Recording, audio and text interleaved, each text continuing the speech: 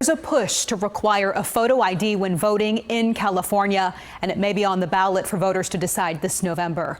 Republican State Assemblymember Carl DeMaio is leading the ballot initiative.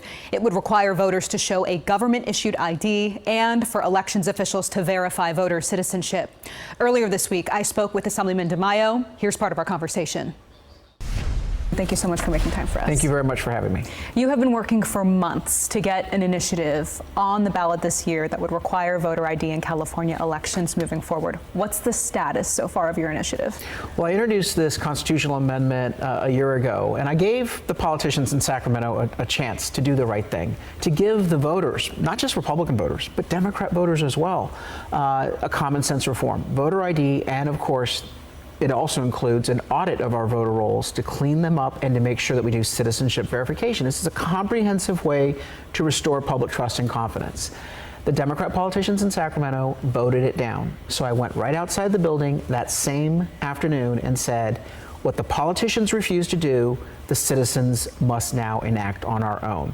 And that's when we launched our signature drive. And getting 1 million signatures in the state of California, not easy, particularly when you don't have a lot of funding. There's no, muddied interest behind voter ID. It's just good government. So we asked volunteers to step forward, and 18,000 volunteers statewide helped collect signatures. And now we are going to be, in a matter of days, submitting 1.35 million signatures, and we know we have the required 880,000 valid signatures because we validated each of them as we went along. Okay, so essentially you're saying this is going to be on the ballot? It's going to be on the ballot if the politicians and the Democrats in California follow the rules and give us our constitutional right to a citizens initiative. But they have taken citizens initiatives off the ballot in the past, and so what we want to do is make sure that we fight hard and get this on the ballot and let the voters decide. I think voters, when they have a chance to have a clean election, a simple election on this item, 70%, according to the polling, will vote yes on voter ID. In the same vein, similar to your initiative, the House this week in Washington, D.C. passed the SAVE Act, which essentially tries to require voter ID in elections federally moving forward. What happens to your initiative if that ends up becoming federal law? Well, they're obviously complementary. They don't conflict. But while I support the SAVE Act, I don't have a whole lot of hope that in the Senate it will pass.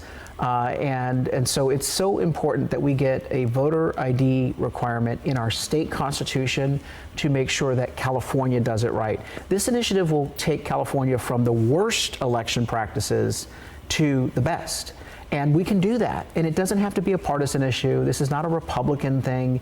This is about Democrats and Republicans and everyone in between saying, why not? Why not do voter ID? Why not do citizenship verification? The only people who seem to not want it are the politicians in charge. And I think that should tell you a whole lot about what we're up against. Speaking of politicians in charge, Secretary of State Shirley Weber for California has said that the state has several security protocols designed to protect the integrity of our elections, including requiring people who register to vote to provide their driver's licenses or state IDs and or the last 4 digits of their social security number in this when they're registering to vote. I mean, what is your response to her reaction? Well, it's provably false. She's just playing games. She hasn't done her job properly. And the best way for me to prove that is not just to say, all of us know that we don't have to show our ID. All of us know that when you mail in a ballot, there's no verification besides, chicken scratch for a signature, and that's not done very adequately in the county offices to review signatures. But I think the best way to prove that she's not telling the truth is, while she says we're already doing this, she then told the fiscal analyst that in order to do all of these new requirements and reforms, it would cost millions and millions of dollars. So my question to the Secretary of State is, which is the lie? Are you already doing it, or are there so many new requirements in this that it's going to cost you money? Again, she doesn't think people are going to kind of truth test or fact check what she's saying on the one hand versus the other. The reality is this. This should not be hard. This is done by other states. 28 other states have a similar voter ID requirement. And so this is just best practice. And we should be giving our voters from any party, Democrat, Republican, Independent, the highest level of trust and confidence in the outcome of our elections. My full conversation with Assemblyman DeMaio is on CalPolitics360.com. I asked him about the concerns that voter ID requirements reduce access to elections for people of color and lower income communities, and the possibility that Democrats put a countermeasure on the ballot.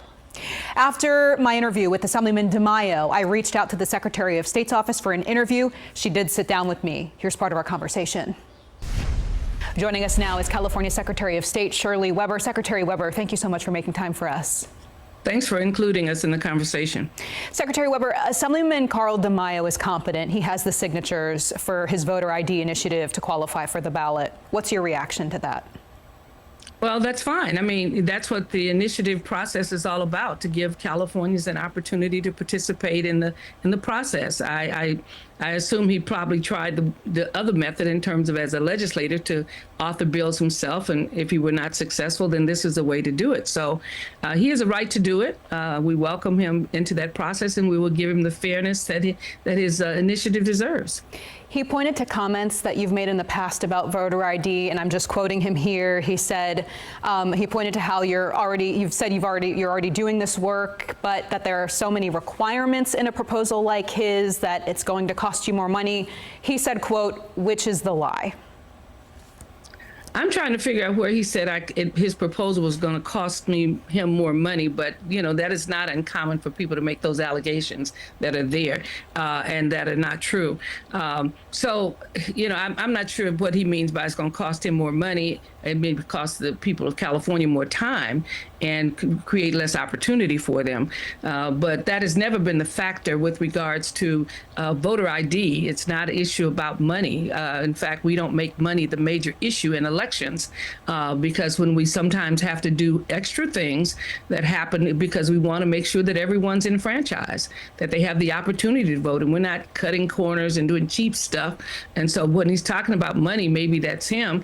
Someone may have told him that his would cost more money, but that has never been a major factor in the Secretary of State's office, that things have to be cheap, that we try to make sure that our stuff is correct, that it's accurate, and when it's not, we change it. We did that and we notified the press with Initiative Prop 50 that there was an error. We wanted to make sure every California understood what was going on.